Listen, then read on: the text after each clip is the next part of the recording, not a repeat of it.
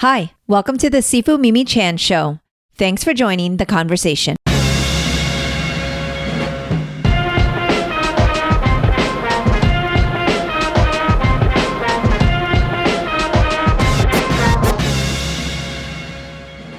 It's another MiOsc episode. We recorded during Banned Books Week, an annual event that highlights the dangers of censorship and the suppression of diverse voices. When books are banned, it's not just stories that are being suppressed. It's the opportunity for learning and progress. Reading opens the door to new ideas, diverse cultures, and the possibility of meaningful change, which is why protecting access to education and literature is vital for the future of any society.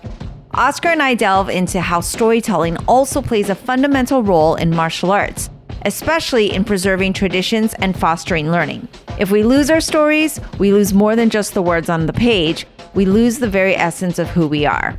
We also reflect on our recent trip to Africa and discuss the vibrant culture, languages, and safaris. I've been podcasting for almost 8 years now. Please take a moment to rate my podcast and share this conversation with others. If you would like to support with a donation to help keep this podcast going and support the work I do, you can become a patron of the show by visiting my website or patreon.com/SifuMimiChan. You'll also have access to my extended blog posts on my trips, philosophy of Kung Fu, and other fun things. So please consider being a patron today. For comments or suggestions, reach out on social media at SifuMimiChan. Now, on with the show.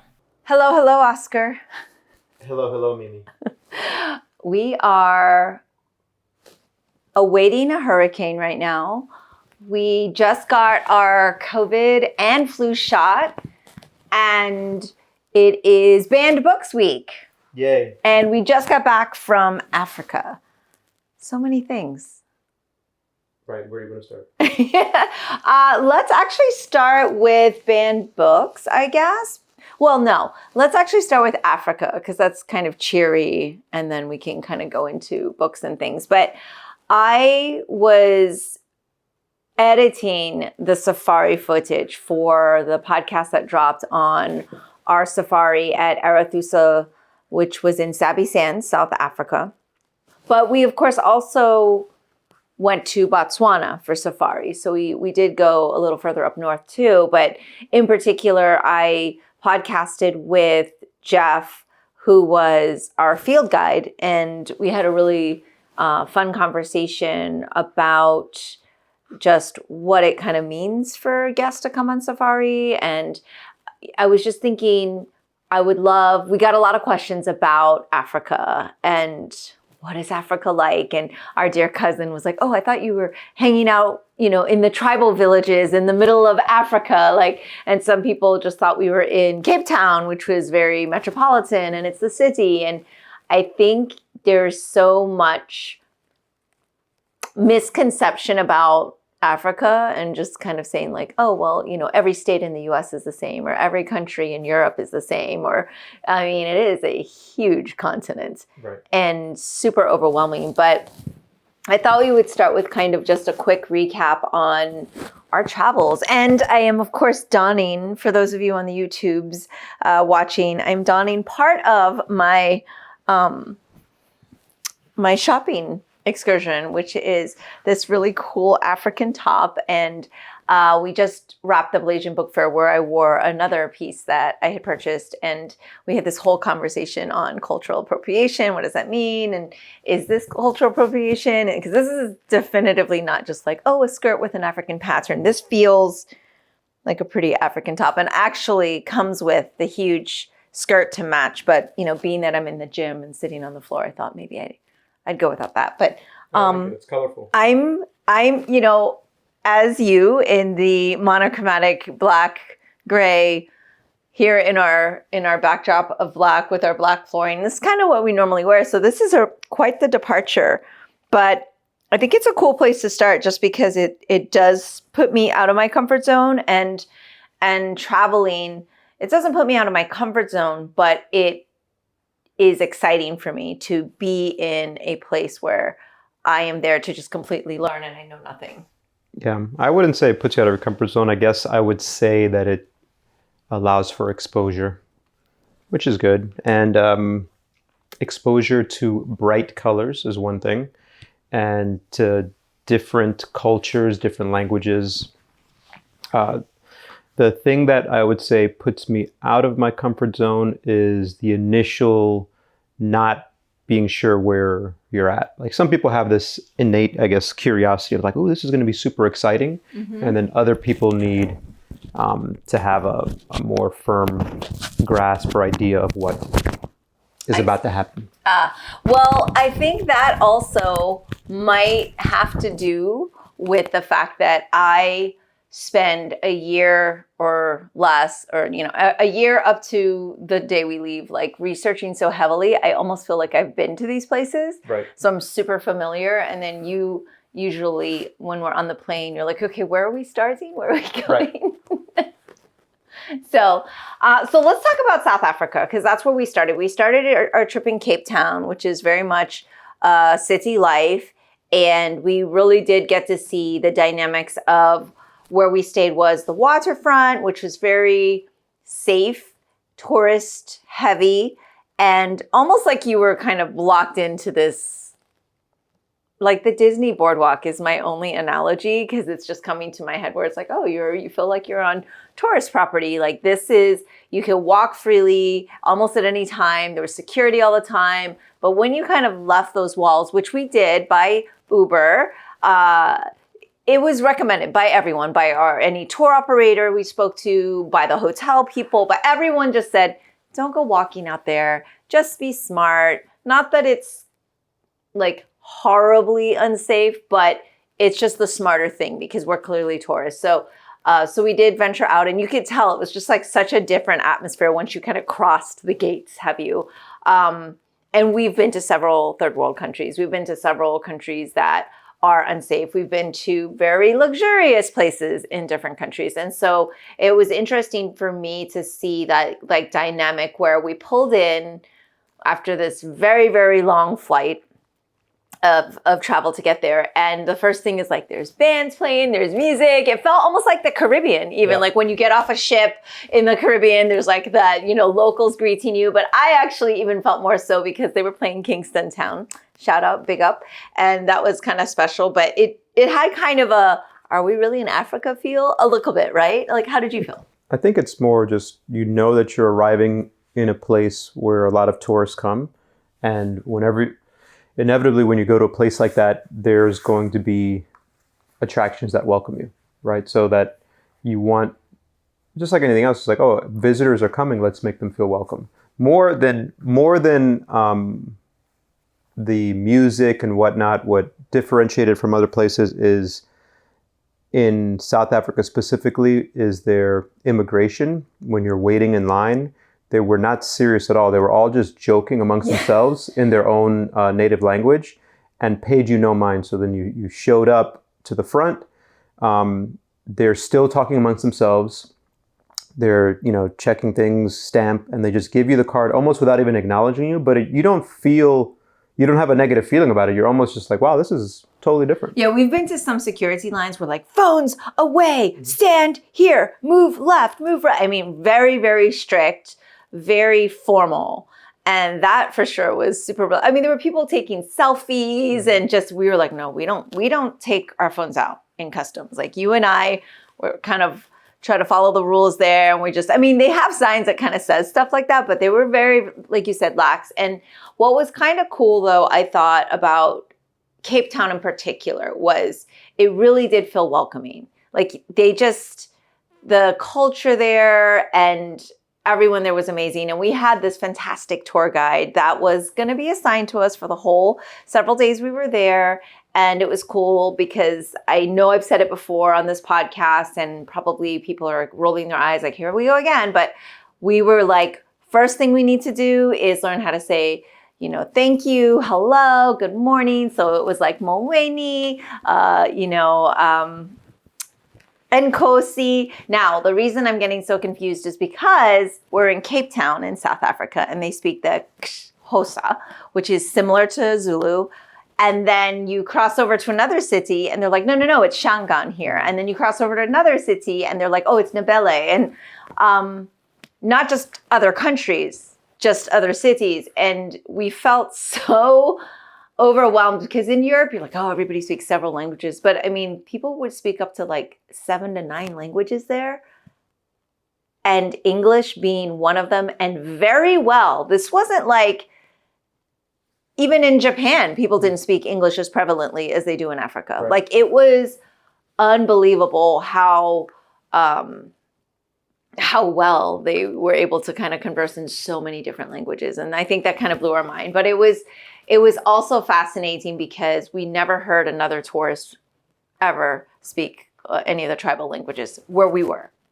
And most people received us like shocked, as if like, what? You must be from here. I mean, people asked me in gift shops, like, oh, where are you in Africa from? Because you're speaking, Xhosa or Ndebele or whatever. I was like, oh, that's cute. Those are my 3 words I have, and that's it. So it's always kind of a bit of a, I don't know, I guess it's a bit, not a shock, but you're just kind of like, oh, I guess nobody really does try to speak the language. And to be fair, the African languages are pretty like intimidating. Yeah, there's a lot of syllables. and sounds that we're unfamiliar with. Like coming from Chinese, like we're kind of used to the tones, but it's like that clicking and the no, you're just like, oh gosh. And it was kind of fun to learn though. I mean, we almost had a mini podcast in the car with our tour guide because he was giving us a lesson and I'm like, okay, let me record this to listen in. But, first thing we do is try to learn the language. Obviously there's no issue eating the food because food was great. It was unbelievable. Yeah, I would say Cape Town food, especially a specific restaurant we went to, was probably one of the best meals I've ever had. La Colombe. Mm-hmm. Yeah. And as our listeners know, we have been very fortunate to dine in some pretty phenomenal places. Like one of my things is like, oh, we're going to go down that world's 50 best list, Michelin, blah, blah, blah, hole in the walls that people always rave about, whatever. It's not about the how expensive a place is, but we've been to a lot of really phenomenal restaurants by like world-renowned chefs, and La Colombe was really one of the best experiences we've ever had. It was amazing. Yeah, the service, the atmosphere. Now, we were there amidst what, kind of made us feel like we were in Florida for a minute. It was pretty much a tropical storm. It was much stronger than when hurricanes would pass by here. Yeah, it was pretty intense. And it was crazy because we were sitting right at the window overlooking this beautiful vineyard and there were like trees falling down. Right. But we were eating the most fabulous meal. So we're like, we're just going to keep eating through this. So we also got the opportunity to explore the shanty towns, which was funny because we were talking to Jimmy and he was like, yeah, so here we call them shanty towns. I'm like, in Jamaica, we call them shanty towns too. It's like a very common thing. And so we had brought a lot of donations thanks to some of our really generous students that wanted to donate. And we had put some stuff in, but we brought just common things like toothbrushes and Band-Aids. I read on a list, like these are the things, the basic necessities they needed. And we had just planned to just drop them off with the tour guide and let them, him take them. But then because it rained so much, a lot of our tours were canceled. A lot of the attractions were outdoors. We kind of were like, well, can we go and actually give them out ourselves? And so we were able to spend some time with some of the locals in those townships where our tour guide actually does mentoring across the city in all of the Cape Town townships. So that was awesome. We left him with a ton of donations, but we were able to go and visit. And we didn't really take videos or photos inside of there because we did take a couple where Jimmy's like, no, I actually want you to take a photo of here because there's some murals and things like that we're really proud of. But obviously, we just didn't want to be those gross tourists like, hey, look at the poor people, and to be exploitative. But also, I think part of the mission of why I podcast about the places we go is to also just open people's minds of what's out there in the world. Right. Yeah. I mean, to my detriment, I don't like taking pictures of anything. Luckily, you do, so then we can reflect on places that we've been. But any place that you were to go where it's basically someone's home, yeah, I never have the inclination to take.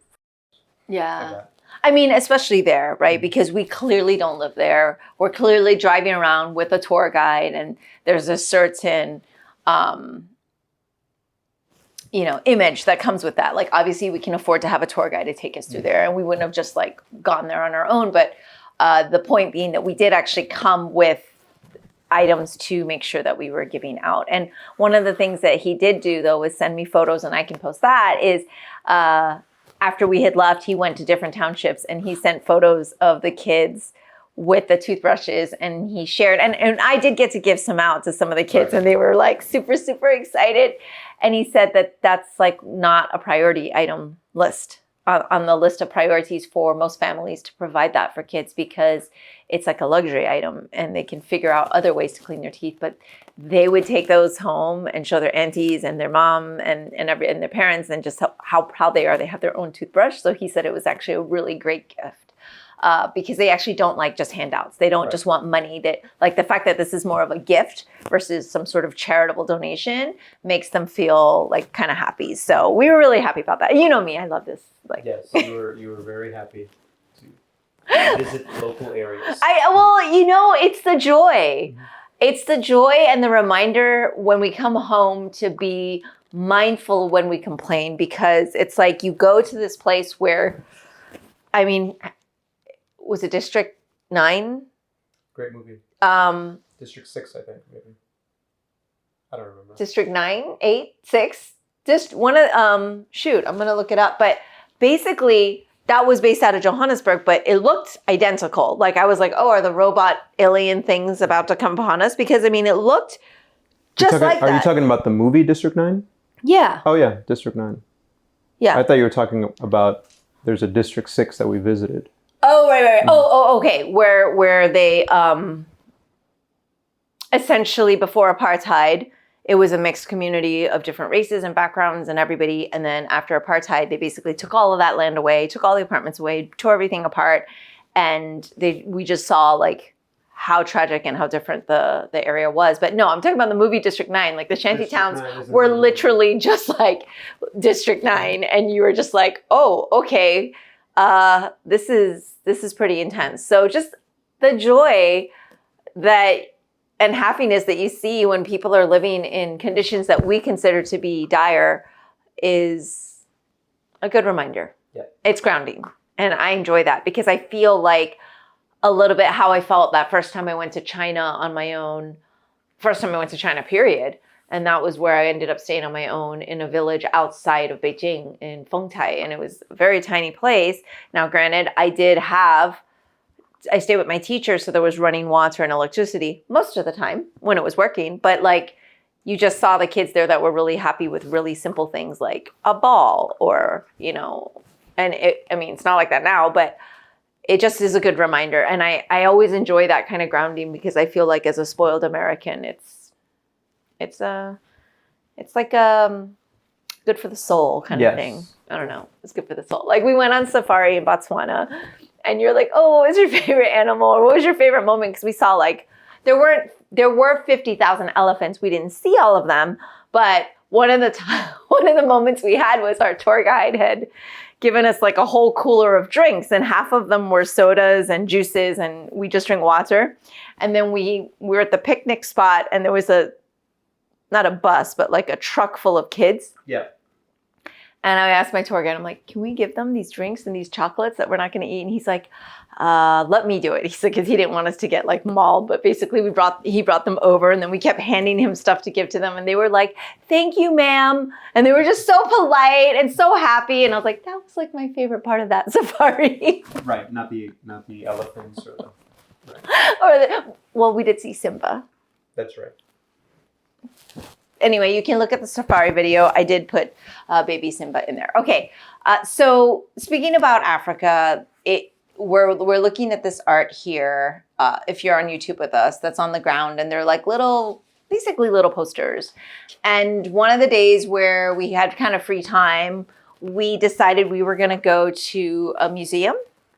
And it was called, I'll figure it out really quick, but basically we just said, okay, you and I aren't like art aficionados or anything. Like, we don't really know anything about art, but we thought it would be cool to just kind of walk around, because again, it was in the safe zone for where we could just go on our own, and we didn't have to hire a car or anything like that. And we're like, oh, okay, this was a recommended place to go to. And we just kind of found our way there and had no expectation, which was also kind of rare for me because normally I'm so planned out. But we were like, okay, yeah, let's go to this museum. And it was probably the Zeitz Museum of Contemporary Art. And at first you were walking around, you're like, okay, what is this? Something is dangling from a string. And what does this mean? And, we were pretending to be pretentious about it. Like we knew what we were looking at. But then this was really cool because there was just a bunch of stacks of art on the ground. Right. But we didn't realize it was stacks and we were just staring. And then I read and it said, take as many as you want. And I was like, oh, wait, are these posters? And there was like a security person there. And I'm like, do we actually take these? They're like, yep. I was like, cool. So like we kind of enjoyed picking up a few pieces here it's photography, right? But then we saw the most impacting short film I think I've ever seen, to where you and I went back and saw it again. Yeah. It's the power of slow motion and building up. Yeah, I don't even know how to describe it.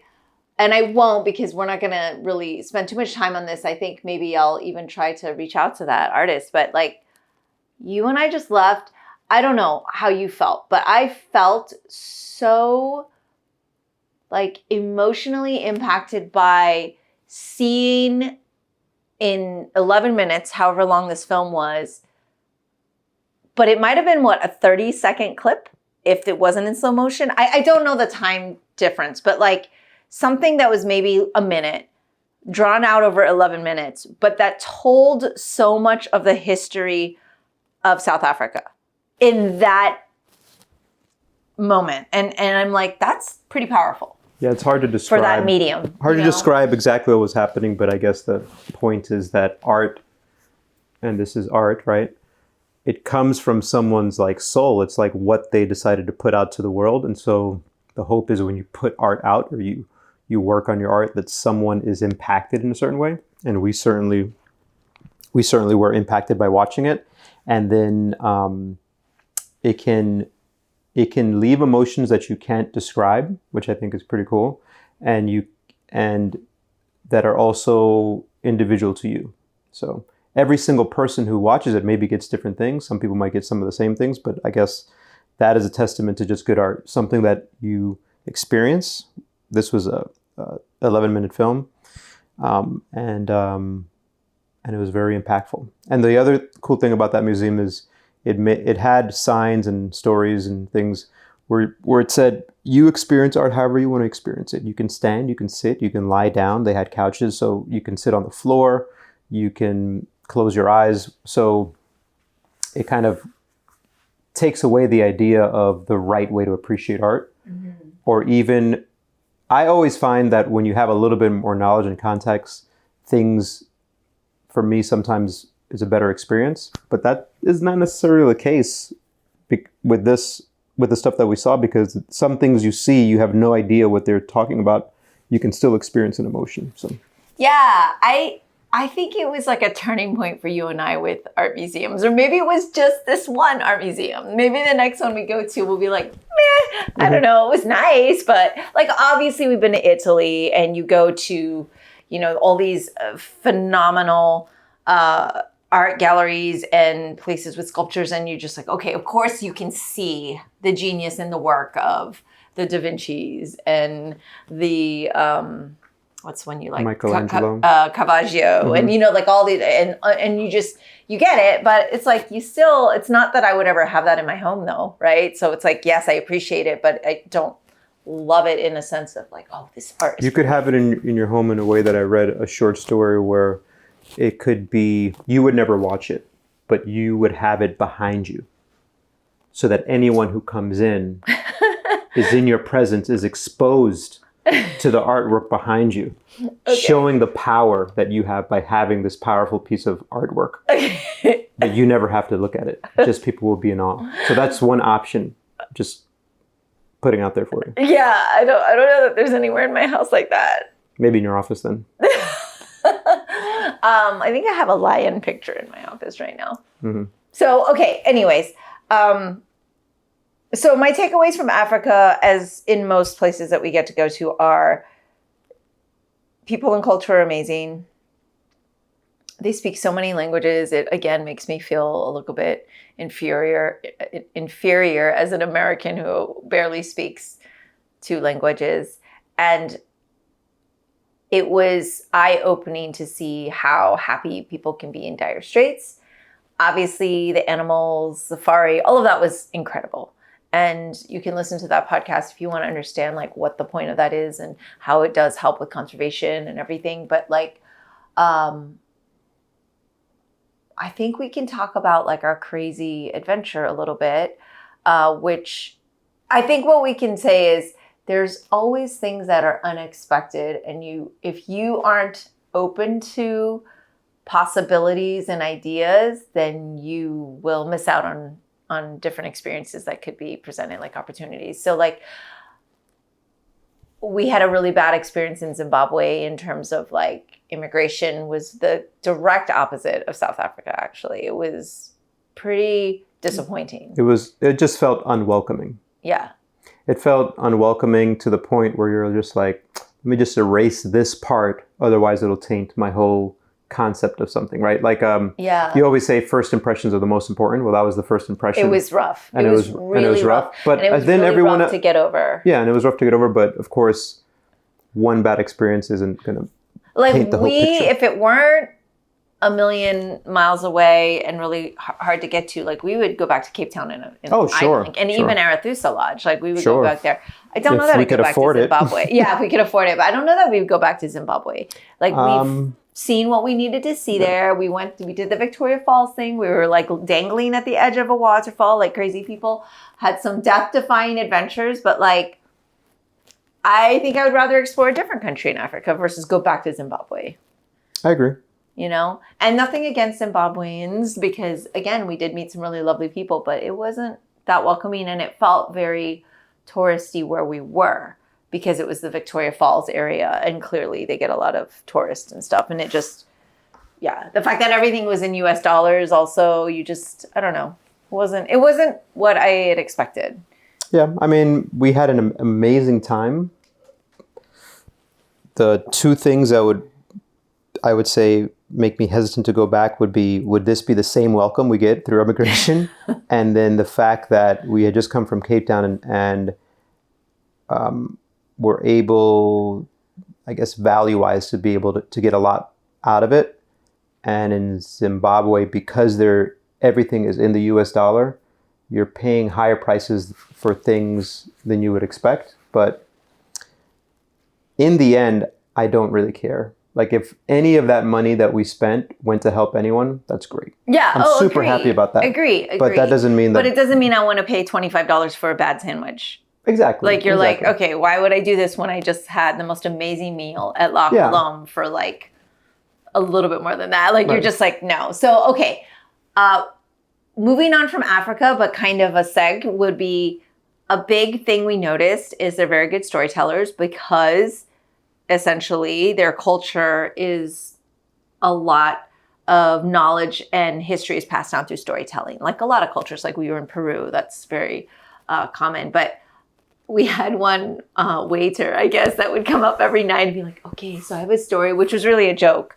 Right. But he was really good at delivering. And you even shared a joke with him that now he's telling to guests and things like that. But like the kind of the concept of storytelling, I thought we could kind of discuss as it pertains to other cultures, but also Walam culture and Kung Fu culture. Because I was thinking about this because you and I just took our Kung Fu test and the Sifu test is coming up for all of the Sifus in the system. And we have the technology now to videotape ourselves and watch ourselves and try to remember things that way and catalog them. But I do know the things I don't have on video, but that I know really well because I've done them so many times or I've taught it, which is basically like telling a story, right? Which is like repeating something and over and over and over. Like those I know best. And just kind of that concept of thinking about how my father was able to pass on this vast and very deep system of Kung Fu through storytelling essentially, or, teaching in the way that we do, because it's not like he made tutorial videos on all the stuff and said, okay, everybody learn from this. Right. So I just thought we could kind of discuss or kind of brainstorm and think about how those parallels exist in so many different civilizations and countries over time and places in history. And then, like, is that going to die off, or are we trying to do the best that we can and still use technology? Like, is it cheating by using technology? What are your thoughts?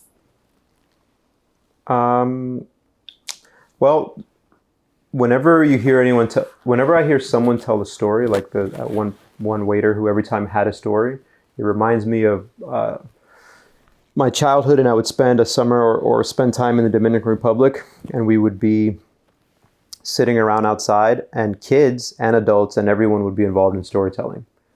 And like a kid who's my age would have 20 stories. Oh, and here's another one, and here's another. And they're short. Yeah. They're kind of like, almost like jokes. Oh, and then the one guy did this thing. Okay, now what's the next one? And that is because that was their form of entertainment, I guess, right? And so I think throughout history, when you weren't distracted and then you had time to sit down by the fire, right, you would tell stories. But now we sit down by a fake fire, the TV, and stories are told to us. It's like if people in the past were just sitting by the fire and they just looked at the fire and the fire was speaking to them. That's kind of how we are now, right? But maybe it's a really good skill to have. So I only had one story that I could think of to that guy, and I just thought, man, I wish I had like 10 good stories just to be able to go back to back. But it's a skill you've got to harness. And then as far as, are we going to lose it? We're never going to lose the skill of telling stories, because stories are how we've just over time evolved to learn information. So, for example, there is a saying that I saw about happiness, and it was here's the way I look at it. So someone said, you know what? Happiness is found through service of others. That's a statement, right? Okay. Happiness is found through service of others. But then where I read this was like, hey, this simple story changed how I felt about it. So you can take the first thing I said, hey, you know what? You and I both know happiness is found through the service of others. But here's a story that kind of encapsulates that. A teacher asked her students to write their names on a balloon, released them into her classroom. 30 balloons jumbled around in the air. She then gave the students 1 minute to find the balloon that had their name on it. After a minute passed, none were able to find their balloon. The teacher then asked the students to take the first balloon they found, give it to the person whose name was on it. Within seconds, everyone had their balloon. So it's explaining that the balloons represent your happiness. So if you focus on your own happiness, you may never find it. You focus on helping others find their happiness, you will always find yours as well. So that story encapsulates so much better than one saying, right? And so I guess my thought is, with AI or technology, or I don't know even what AI means, but with technology, I don't think it's going to take away the fact that we do stories and tell stories. It'll just change the way that they're delivered. Maybe, hopefully, things could change for the better. That's kind of like the arc you hope of things changing. But then when you think about Kung Fu, the really cool thing is that initially those forms were poems that were written. Like, for example, we have a form called Seven Senses Mantis, which is a poem. If you were just to read it, you're like, I don't know what the hell is going on. But if you read it, if you're doing the movements and interpreting the form, that together forms this like super glue bond that helps you remember it better or gives you more depth. So we're trying our best to do that with the Wall Kung Fu system, to continue doing that in our own way. But I don't think we can not have technology help us. It's going to happen. So. Yeah, and I think this goes back to like Grandmaster Chan being like superhuman and not the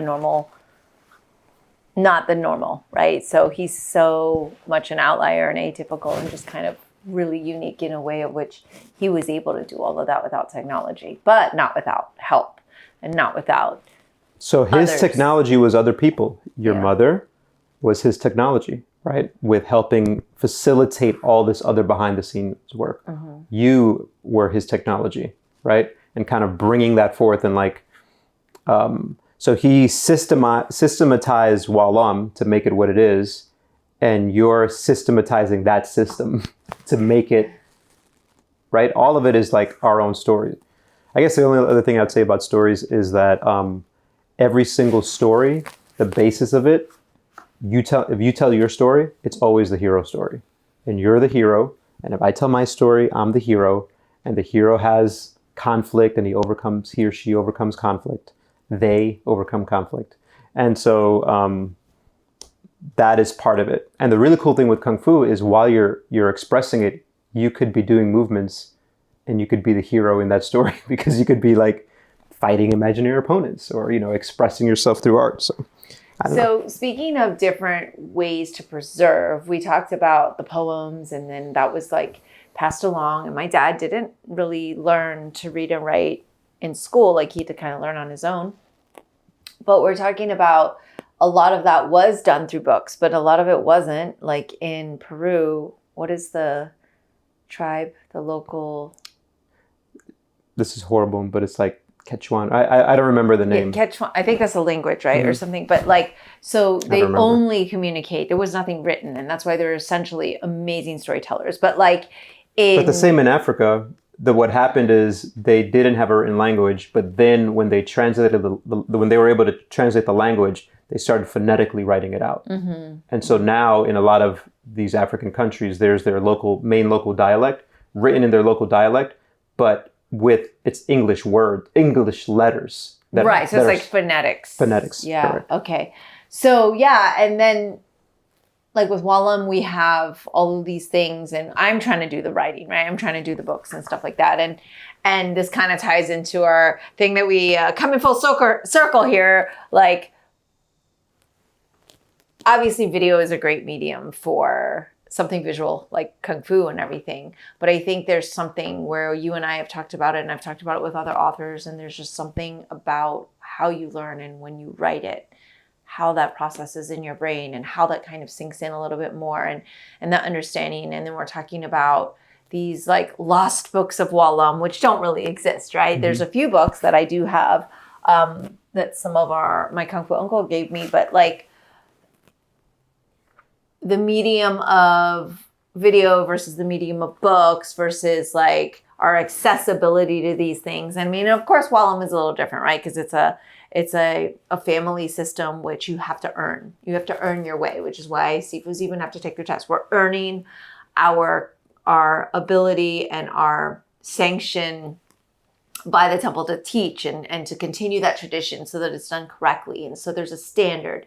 And when we're talking about books though, right? Like I love reading dystopian futures, but I sort of feel like I'm in a dystopian future lately because everywhere I turn, there are laws that's being enacted or things that are happening that seem like they are intended to take away the ability for people to learn. So this kind of brings us to like, this is Banned Books Week. And it's this. What does Banned Book Week mean? It means we're encouraging people to read all the books that are banned. Okay.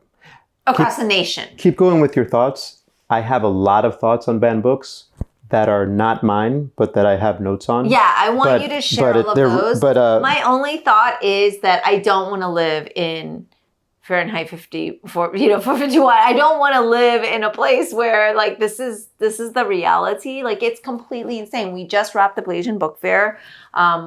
Where, Make Us Visible Florida and Blasian March came together, got a bunch of partners here that gave out free books to the community. And it was really cool because you saw people just like enjoying books, picking them up, sharing. Specifically, they were books by Black, Asian, or Blasian authors because those were the voices that we were celebrating that day.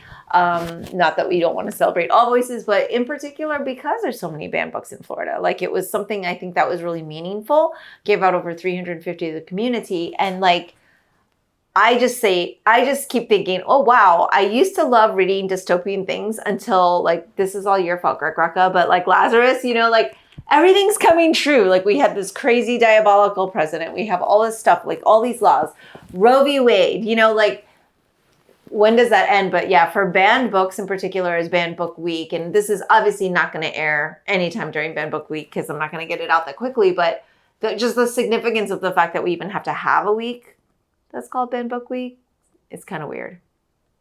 So first is you said something about the difference between video and reading books. Mm-hmm. So when I was young, I would read a lot of books, and my brothers were always doing other physical activity.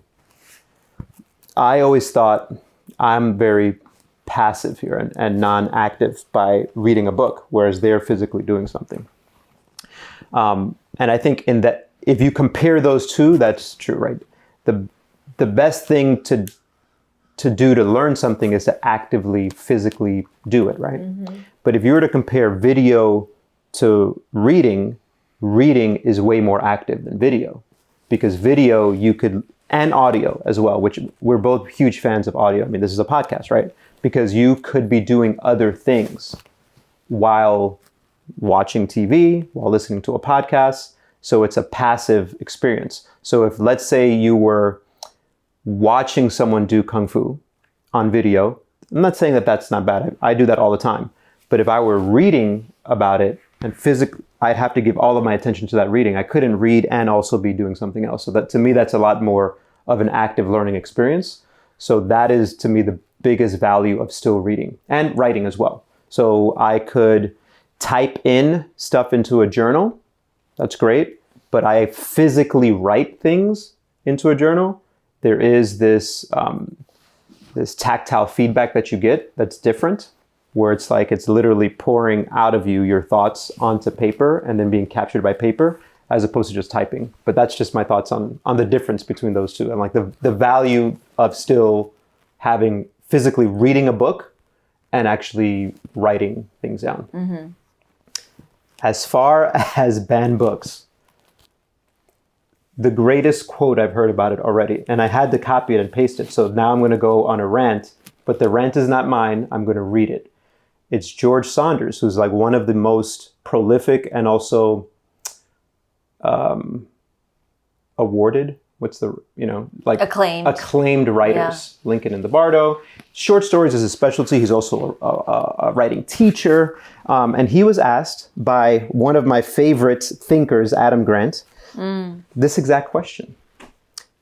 What would you say to the parents and politicians who are currently trying to ban books and are busy attacking librarians? That's Adam Grant asking George Saunders. And his response was, I would just make a strong argument for that idea that ideas are not scary. If we are good readers, if we train ourselves to be good analytical critics, no idea is scary. Even the worst ideas aren't scary because we can collapse them with good reading, with close reading. And I would make the case that if they really want to protect their kids, you have to teach them that close reading, because that is a superpower. No bad idea can get into your head if you're a good analytical reader. You absolutely have fail-safe defenses, whereas if you take away the scary books or the books that you don't agree with, your child has been left with no perimeter. So any idea can come in there and knock them in their head and go, oh, that sounds good. Whereas if you're someone who's trained to read analytically, you've got perpetually alert guard at the gate. You don't want your kid to go into the world unprepared. So for sure, expose them to stupid ideas, right? Mm-hmm. And then talk about it. And then the other thing is that a lot of the people, politicians, parents who want to ban books, a lot of times fall back on, well, we're doing what our founding fathers wanted to do, right? And so he speaks on this as well. So if you talk about Lincoln or any of the founding fathers, they had an innate trust in our ability to analyze and to deflect bad ideas. That's the whole program. So this move of banning books is actually profoundly anti-democratic, because it's going to make all of us stupider, which is a stupid way to say it. And it's also going to make us all afraid. So the other thing that is super important to point out, which I know you're a big advocate, is 70 to 80% of the books that are being banned or made difficult to get involve what? People of color, LGBTQ people. So is that random? Probably not. And finally, he says, how many of those books have you actually read? Right? So the answer is probably going to be none. So then you can conclude that banning them on the basis of content, you're making a very important artistic mistake because form and content can't be separated. And Adam Grant succinctly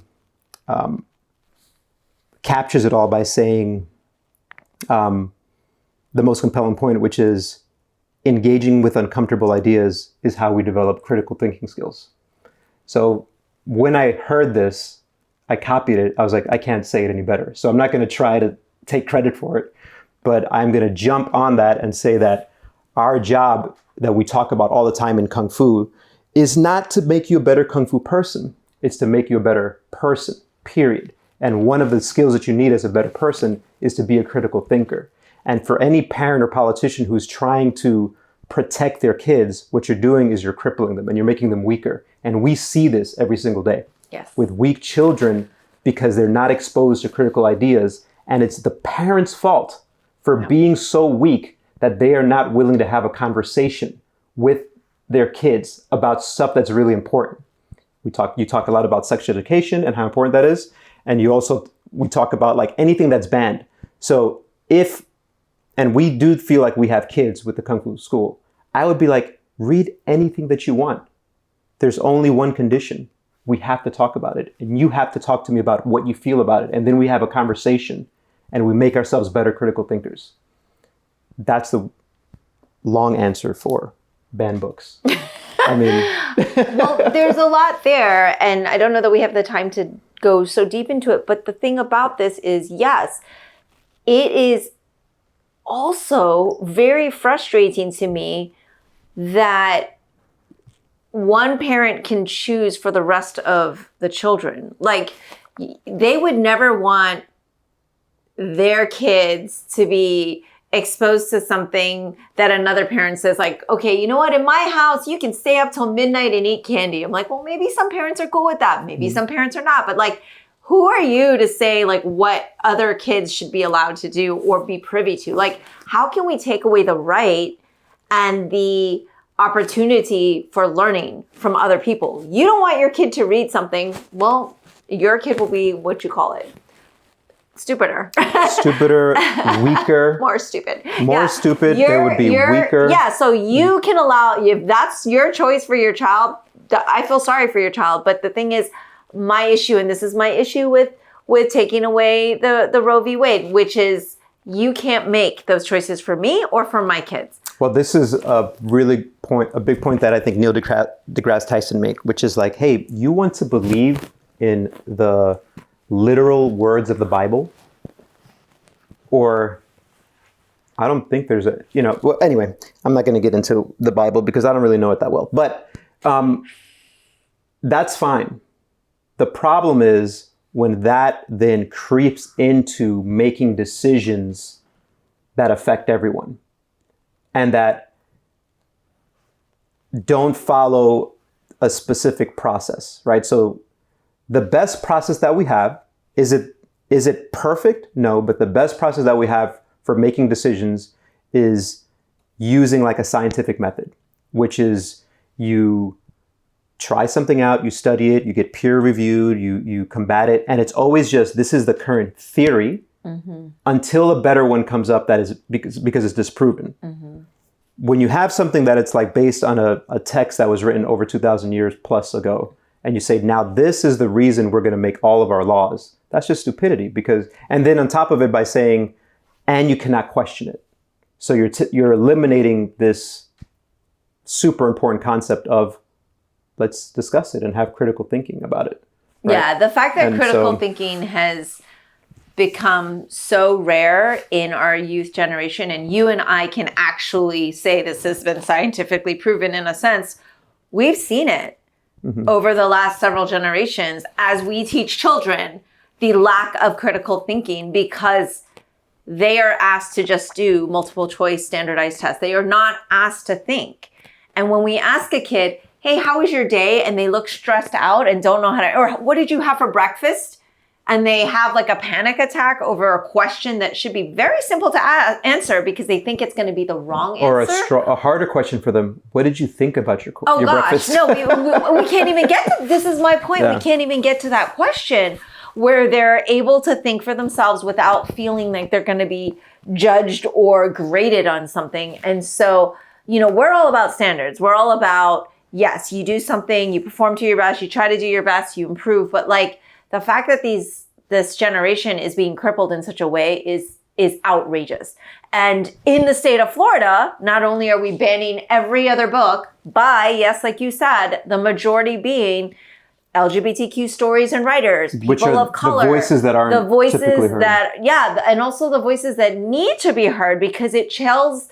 What do you always say? Like the history is written by the winners only. Like it tells the stories of those that didn't always get their voices heard. And those are the stories that we need to hear. So when we're talking about Florida in particular, because this is the state we live in, banned books is on the right. It's super problematic. I mean, we are fighting back. ACLU is trying to do their thing. Librarians are, I feel for them because it's like they're in this horrible situation and they came to our book fair and, try to give out information on the library. But sex education, this is where we're going to end it because I'll just go on a rant for like 2 hours on this. But you are not just crippling your kid, you are endangering them by not allowing them to learn sex education as soon as they can speak, as soon as they can hear. And I don't mean you have to show them some sex video at 3 years old, but they should certainly know what the anatomy of a male and female are. And they should know personal space and understanding like this is private.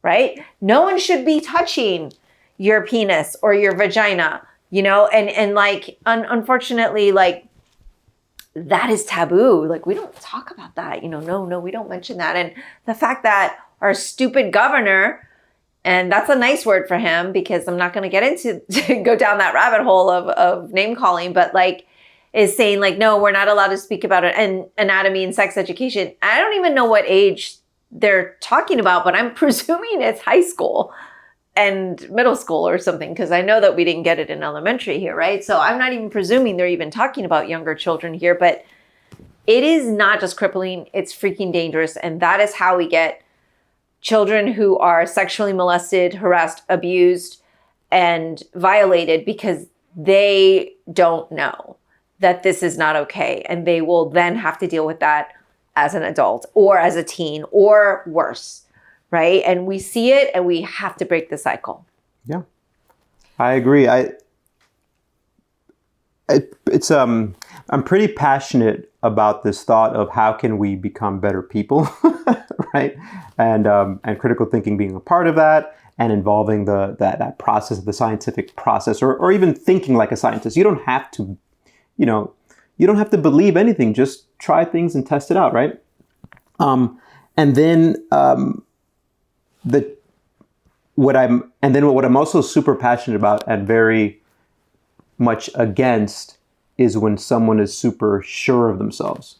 So, like absolutes, like a complete absolute that's based on a law that was written 2,000 years ago. You know what I mean? Like that's based on something that just now doesn't have any valid merit and hasn't been through those rigors of like, well, let's test this out. And then it's been proven wrong, but no, we're going to still go through this. Like, the thing that the best cure is, let's not talk about sex education, but let's just talk about abstinence.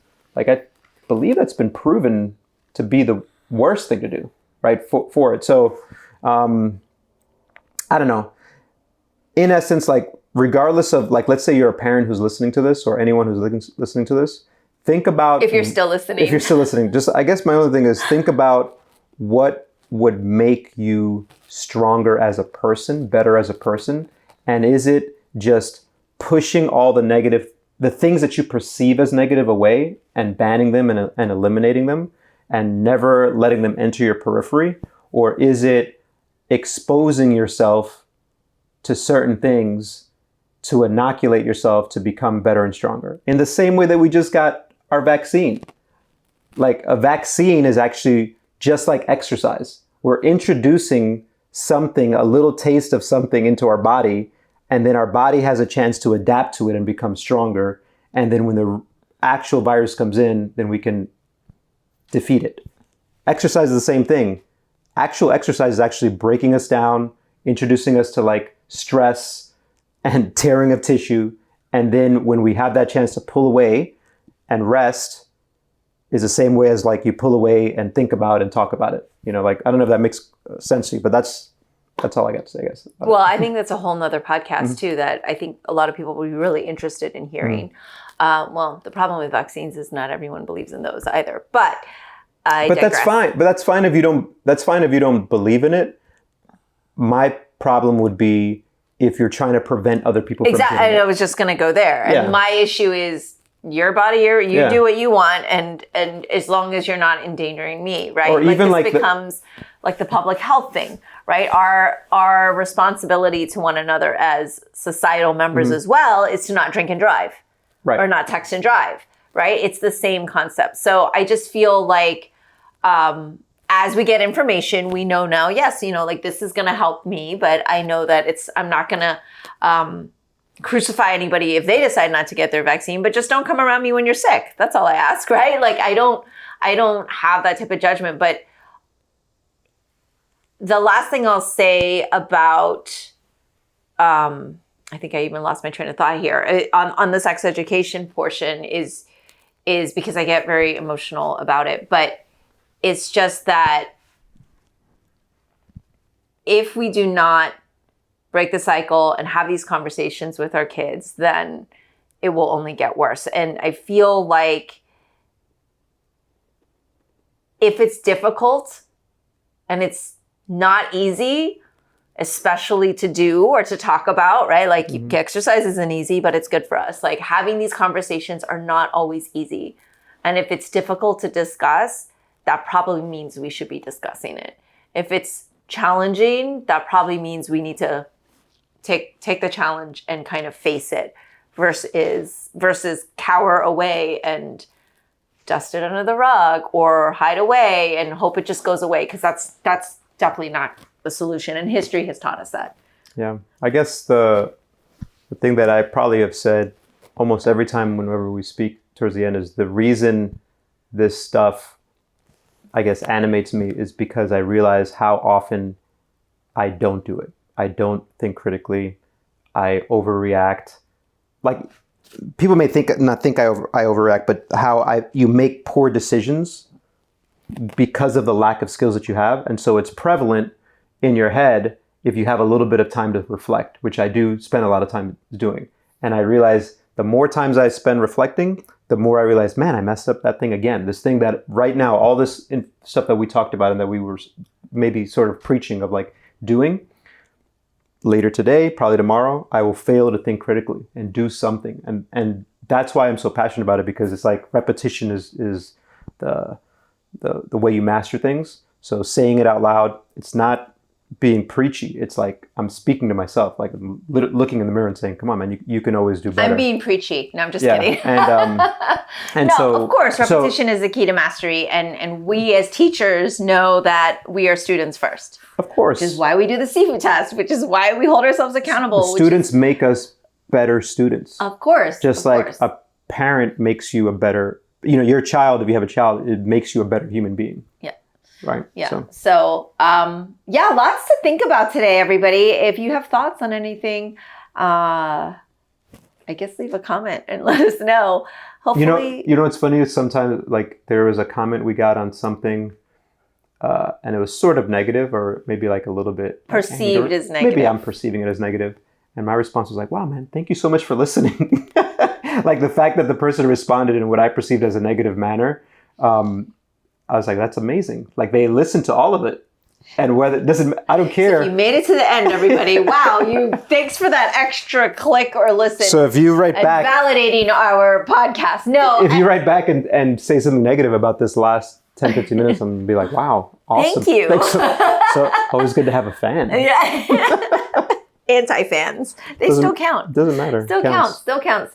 As always, definitely leave us a message. Let us know. And especially if you've been to Africa and you've had the same or similar or different experiences, we're always interested in hearing. And let us know what else you want MiOsc to talk about, because sometimes we just wing it. Today we kind of had a plan, and I think we got there with it. But we're just enjoying our rooibos tea here that we brought back from South Africa as well, which is absolutely amazing. This one is with blood orange. Anything with blood, I'm all about it. All right. Until next time. Bye. Cheers. That's all for today's episode. Thanks for listening to The Sifu Mimi Chan Show.